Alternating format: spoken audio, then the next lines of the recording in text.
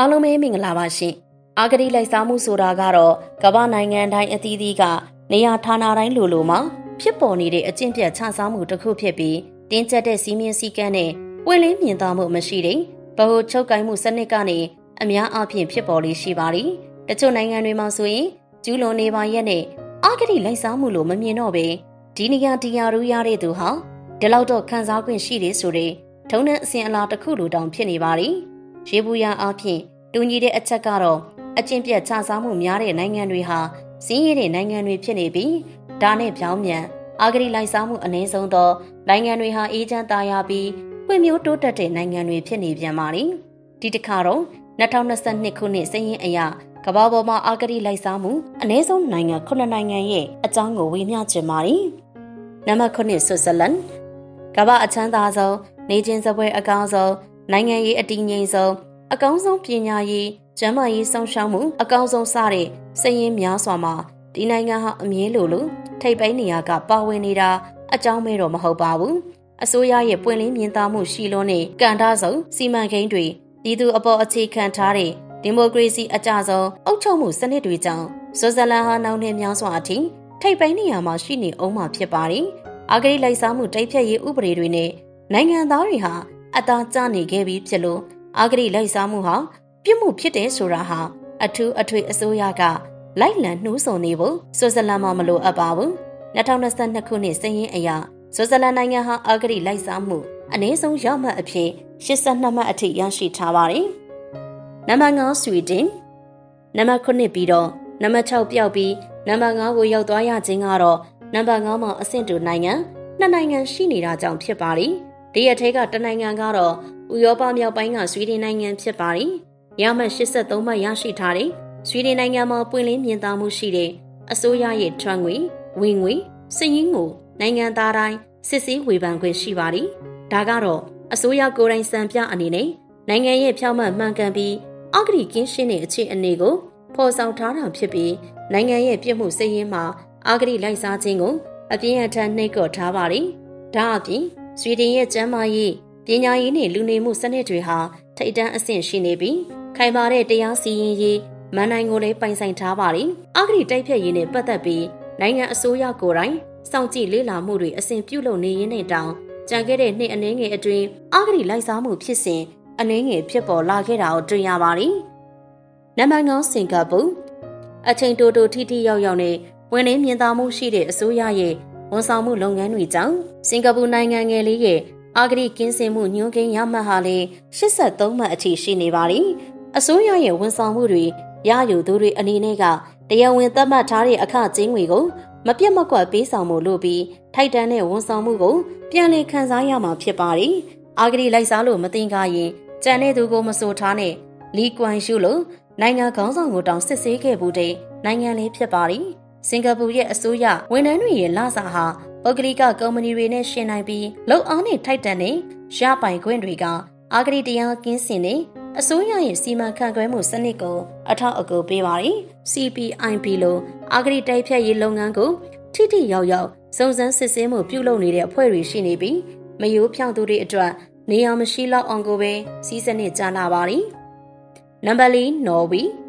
အာဂတိတရားကင်းစင်တဲ့နိုင်ငံစည်ရင်းမှာနံပါတ်4နေရာကနေပါဝင်နေတာကတော့ဥရောပကနော်ဝေနိုင်ငံဖြစ်ပြီးအခုနှစ်အတွက်သူ့ရဲ့ရမှတ်ကတော့84မှတ်ဖြစ်ပါတယ်။အချက်အလက်တွေအရနော်ဝေရဲ့ဥပဒေပြုလွှတ်တော်အပါအဝင်အစိုးရဌာနအားလုံးဟာအာဂတိတရားမရှိသလောက်ကိုကင်းစင်ကြတယ်လို့သိရပါတယ်။နော်ဝေမှာအောက်ခြေဝန်ထမ်းကစလို့နိုင်ငံထိပ်တန်းပုဂ္ဂိုလ်တွေအထိမြည်သူမဆိုအာဂတိလိုက်စားမှုရှိတယ်လို့စစ်ဆေးတွေ့ရှိခဲ့ရင်ထောင်ဒဏ်10နှစ်အထိအပြစ်ပေးအရေးယူခံရမှာဖြစ်ပါတယ်။ဒါအပြင်ငွေမဲကိုငွေပြုလုပ်ခြင်းတစိုးလက်ဆောင်ရယူခြင်းကုန်သွယ်မှုဆိုင်ရာစည်းကမ်းဖောက်ဖျက်ခြင်းအာဏာအလွဲသုံးစားပြုလုပ်ခြင်းတွေကလည်းဥပဒေအရပြင်းပြင်းထန်ထန်အရေးယူခံရနိုင်မယ့်လုပ်ရပ်တွေဖြစ်ပါတယ်။နံပါတ်2ဖင်လန်ဥရောပကဖင်လန်နိုင်ငံမှာဆိုရင်အာဂတိလိုက်စားတဲ့ဆိုတဲ့အလေးဟာမရှိသလောက်ကိုရှားပါပါတယ်။ဒီအတွက်လည်းအစိုးရဘက်ကဥပဒေပိုင်းအရခိုင်ခိုင်မာမာတိစောက်ထားတာကိုတွေ့ရပြီးအစိုးရကိုယ်တိုင်ကလည်းပြည်သူတွေအကြောင်းပွင့်လင်းမြင်သာမှုရှိတဲ့ဆက်ဆံရေးကိုတိစောက်ထားနိုင်ပါတယ်။အစိုးရအနေနဲ့လူထုကိုပါအာဂတိတိုက်ဖျက်ရေးစီမံချက်ထဲတက်ကြွ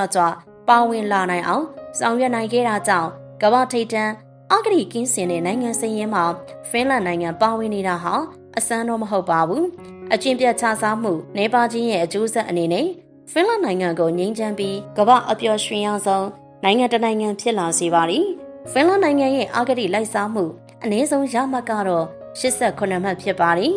။နံပါတ်2နယူးဇီလန်ကျွန်းနိုင်ငံငယ်လေးဖြစ်တဲ့နယူးဇီလန်ကလည်းအကောင်းဆုံးဆိုတဲ့နယ်ပယ်ပေါင်းစုံမှာဥရောပထိပ်တန်းနိုင်ငံတွေကိုရှင်ပြိုင်နိုင်သလိုအခုစင်ရင်မှာလည်းဒုတိယနေရာကိုရရှိထားပါတယ်။အာဂတိလိုက်စားမှုအလွန်နည်းပါးတဲ့နယူးဇီလန်ရဲ့အနေအထားကတော့အစိုးရကလုပ်ယူတာထက်မူရင်းနိုင်ငံသားတွေကိုယ်တိုင်ကအာဂတိလိုက်စားမှုဟာရှက်စရာအလွန်ကောင်းတဲ့ဇာရိတာဖောက်ပြန်မှုလို့ခံယူထားတာဖြစ်ပါတယ်။နယူးဇီလန်အစိုးရအဖွဲ့အစည်းတွေအားလုံးနီးပါးဟာအာဂတိလိုက်စားမှုမရှိသလောက်နည်းပါးကြပြီးနိုင်ငံရဲ့ဥပဒေကြောင်းအရာအာဂတိတိုက်စားမှုကိုပြက်ပြက်သားသားနှိပ်ကွပ်ထားပါတယ်။အာဂတိလိုက်စားကြောင်းစစ်ဆေးတွေ့ရှိသူကတော့ထောင်ဒဏ်14နှစ်အထိပြင်းထန်တဲ့ဒဏ်ပေးအရေးယူမှုတွေခံရမှာဖြစ်ပါတယ်။နယူးဇီလန်ကလည်းဖင်လန်နိုင်ငံနဲ့အတူတူ89မှတ်ရရှိထားပါတယ်။နံပါတ်1ဒိန်းမတ်ကမ္ဘာအာဂတိလိုက်စားမှုညွှန်းကိန်းတွေအရရမှတ်90အထိရယူနိုင်ခဲ့တဲ့ဒိန်းမတ်နိုင်ငံကတော့ကမ္ဘာအာဂတိလိုက်စားမှုအနည်းဆုံးနိုင်ငံအဖြစ်ရပ်တည်နေပါလိမ့်။ဒိန်းမတ်ဟာအာဂတိလိုက်စားမှုကိုတင်းကျပ်တဲ့ဥပဒေတွေနဲ့ကန့်သတ်ထားပြီးအစိုးရကိုယ်တိုင်ကလည်းပွင့်လင်းမြင်သာပြီးပြေဝတဲ့ဒီမိုကရေစီစံနှုန်းအတိုင်းကျင့်သုံးပါလိမ့်။တအူးစံပိုင်ဘရင်စနစ်ကနေအခုလိုကမ္ဘာထိပ်တန်းအာဂတိလိုက်စားမှုကင်းစင်တဲ့နိုင်ငံဖြစ်လာဖို့အတွက်ဒိန်းမတ်နိုင်ငံခေါင်းဆောင်အဆက်ဆက်ကစူးစမ်းလာခဲ့ရတာဖြစ်ပြီးတနိုင်ငံလုံးပူးပေါင်းပါဝင်လာခဲ့မှုကဒိန်းမတ်ကိုအခြားသောဥရောပနိုင်ငံတွေထက်ခေါင်းတစ်လုံးသာစေခဲ့ပါလိမ့်။အာဂတိလိုက်စားမှုအနည်းဆုံးနိုင်ငံအဖြစ်ရပ်တည်စေခဲ့တဲ့နောက်ထပ်အကြောင်းတစ်ခုကတော့ဒိန်းမတ်နိုင်ငံရဲ့မီဒီယာလွတ်လပ်ခွင့်ဖြစ်ပါလိမ့်။ဒိန်းမတ်မီဒီယာတွေဟာပြည်သူအကျိုးပြုတတ်ကိုပဲစောင်းပေးလိမ့်ရှိပြီးနိုင်ငံရဲ့ကဏ္ဍဆောင်အသုံးစရိတ်ဝင်ငွေထွက်ငွေတွေကိုလည်းတရားဝင်ပုံနှိပ်ထုတ်ဝေခွင့်ပြုထားပါလိမ့်။အထက်မှာဖော်ပြခဲ့ပြီးတဲ့နိုင်ငံတွေဟာအကြီးမားဆုံးသောအကျင့်ပြတ်ခြစားမှုတွေကိုထိန်းသိမ်းနိုင်ကြပြီးအနည်းငယ်မျှသောအာဂတိလုပ်ငန်းတွေကိုပဲတိုက်ဖြတ်နေရတဲ့အခြေအနေမှာရှိပါသည်။အာဂတိလိုက်စားမှုအများဆုံးနိုင်ငံတွေကိုကြည့်လိုက်မယ်ဆိုရင်အုပ်ချုပ်ရေးစီးပွားရေးဆိုင်ရာနှိမ့်ကျလွန်နေတယ်ဆိုတဲ့အချက်ကိုတွေ့ရမှာဖြစ်ပြီးဥပဒေနဲ့ပတ်သက်ရင်လည်းထိထိရောက်ရောက်အရေးယူမှုမရှိဘဲငွေကြေးချမ်းသာသူအာဏာရှိသူတွေကသာလိုတလိုကျဲလဲနေကြတာကြောင့်ပြည်သူအများစုကတော့စင်ရဲပြီးစင်ရဲနေကြရပါတယ်